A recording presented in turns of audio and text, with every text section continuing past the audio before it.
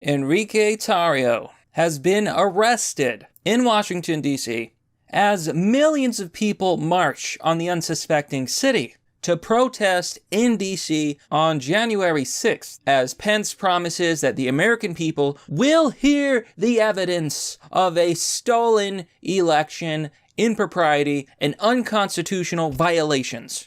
Hello, everyone. This is Mr. Obvious, and today on the internet, we've got to talk about Enrique Tarrio, leader of the Proud Boys, now a martyr who has been arrested. Now, this is currently breaking news. Here you can see Proud Boys leaders arrested, accused of burning a church banner. Well, that's not the full story, folks. That is not the full story at all. You see, Enrique Tarrio is actually being accused of burning a Black Lives Matter flag. Now, while it is true that the Proud Boys have been seen on camera burning a Black Lives Matter flag, he didn't do it. It wasn't him. He didn't burn the flag. And I don't see why the leader of the Proud Boys should be punished for what other people did. You know what I'm saying? That just seems like a gross violation, abuse of power by DC, by law enforcement, and by the Democrats to shut this guy down. Now, the funniest thing to me was how the mainstream media was saying that Enrique Tarrio, leader of the hate group, the Proud Boys,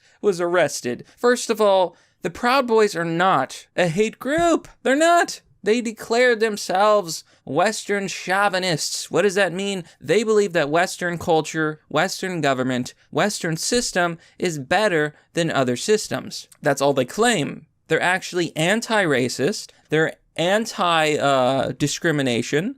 Anybody can join the Proud Boys, whether you're black, whether you're white, whether you're gay.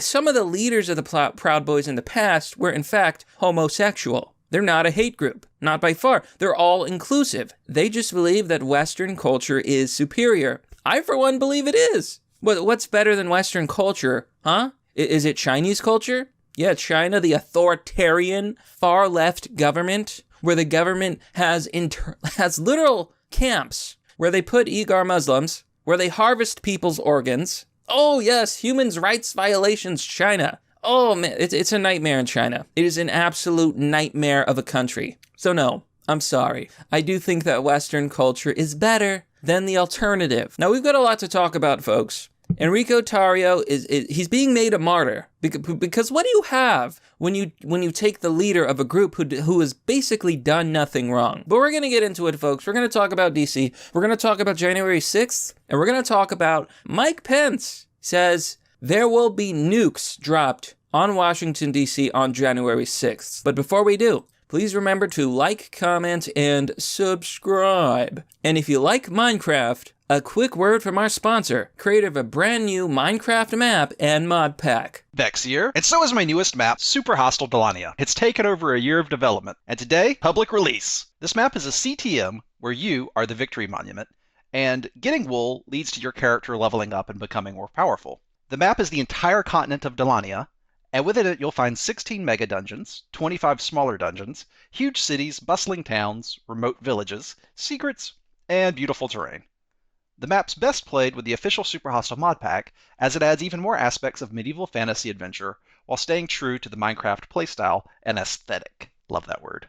Be sure to check out the links in the description to access all the cool stuff. If you like Minecraft, click on the link to check that stuff out down below in the description. Okay, Enrique Tarrio, arrested. He's being charged with destruction of property. And they're saying that he targeted a church. I believe this is a total lie. You see, on Black Lives Matter's website, or at least it used to be on their website, they say that they are explicitly anti-Western family, anti-religion in a lot of ways. They're not a pro-church group, so I believe that this has nothing to do with the church, and it's stupid to even say that. So here's the official quote.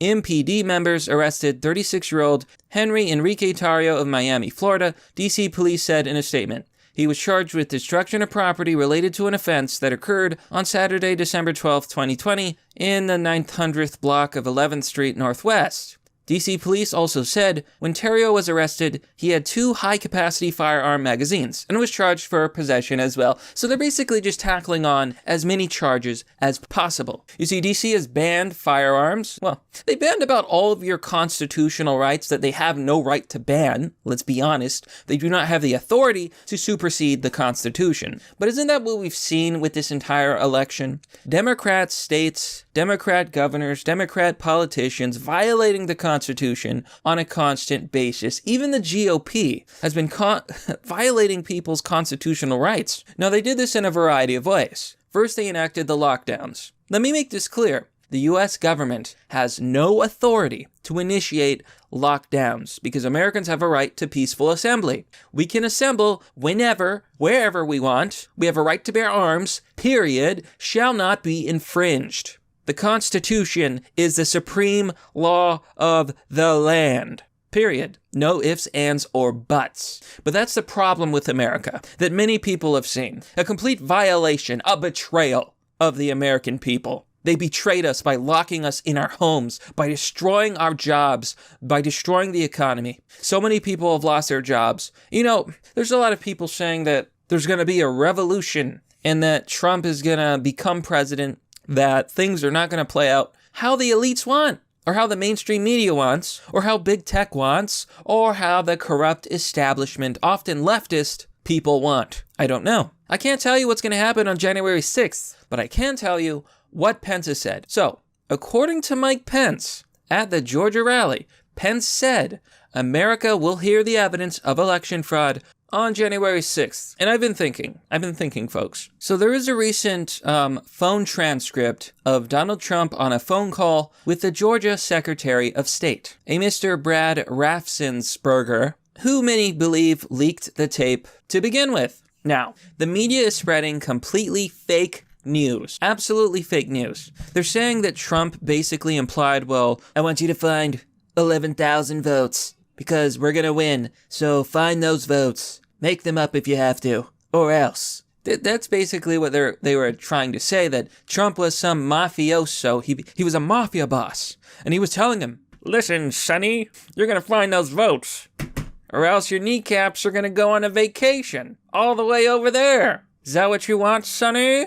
No, that's not what Trump did. If you actually listen to the tapes, and I have to question, because I heard people talking about this, and it was like, well, did you even listen to the tapes? In the tapes, he's basically saying, look, we found hundreds of thousands of what we believe are fraudulent votes, and in this state, we only need like 11,000 votes. So why don't you actually do a full audit? Why don't you actually come clean? Tell the American people the truth. Brad Raffensperger doubled down. He said, everything's fine. It was an honest and fair election. We will not look at any of the evidence. We will not have a full audit. And he released the tapes. I believe we know who our enemies are, my friends. You know, and I'm just seeing article after article lying to the American people. Here on the Wall Street Journal, Trump pressured Georgia Secretary of State to find votes. See, this is why I hate the media and their absolutely false narratives. Trump did not say this. Period. That is not what happened. And anybody who listens to the audio will know that. The problem is that the mainstream media knows that the average American is not going to listen to the audio. They're going to read the headline. They're going to watch CNN. And then CNN's going to say, Trump was trying to get this guy to find him votes. Oh, he's corrupt. We told you, folks. Orange man bad. It's a lie. But this is how they brainwash people. This is how they trick people. And it makes me sick. Now, January 6th. Where is this all going? Well, I believe we may be on the precipice of a reckoning. They say that the fire is coming, folks. Maybe that's why the Washington, D.C. Mayor Bowser, oh, what a name, requested and I believe got approved for the National Guard to come up on January 6th. Now, this is among reports that, what's the estimate? Like 2 million people are thought to be coming to Washington, D.C. If you check the flights, they are booked. I'm not going to be able to make it. And, that's for other reasons too. Like, I've been away for the holidays. There are travel restrictions. I'm not going to be able to go. But what I am going to be able to do is report on what happens. And let me tell you, folks, Pence is saying that the American people will hear the evidence on January 6th. And I think this is the plan. I think that the plan, putting all the pieces together, what they're planning to do, they're going to hijack the electoral count. We have about, 100 Republicans who are going to contest and challenge the Electoral College. I believe they're going to use this as their chance to show the American people all the evidence they've gathered. And regardless of what happens, whether Biden becomes president, whether Trump postpones the election, the American people are going to see it for themselves. And maybe that's the 4D chess move here.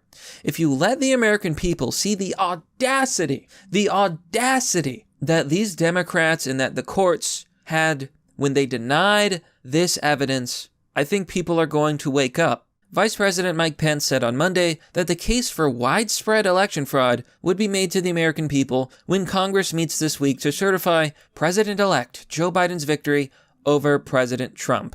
He says, quote, "We've all got our doubts about the last election. I share the concerns of millions of Americans about voting irregularities," Pence said in an indoor congregation at Springs Church, Milner, Georgia. Yada yada. Come this Wednesday, he said, referring to the impending certification of election results. We'll have our day in Congress. We'll hear the evidence. Now, is this all performative? Or for months, have Trump and Pence been planning for something huge? Will the millions of people who show up to Washington, D.C. completely shake Congress to its core? Well, here's what I think is going to happen. I think the Republicans are going to make their challenge. I think that the media, as usual, is going to obstruct justice and obstruct any evidence being shown. They will turn off the feed, they will turn off the camera, and they will refuse to show what is happening inside. So when they're showing their evidence, the American people will not be allowed to see it.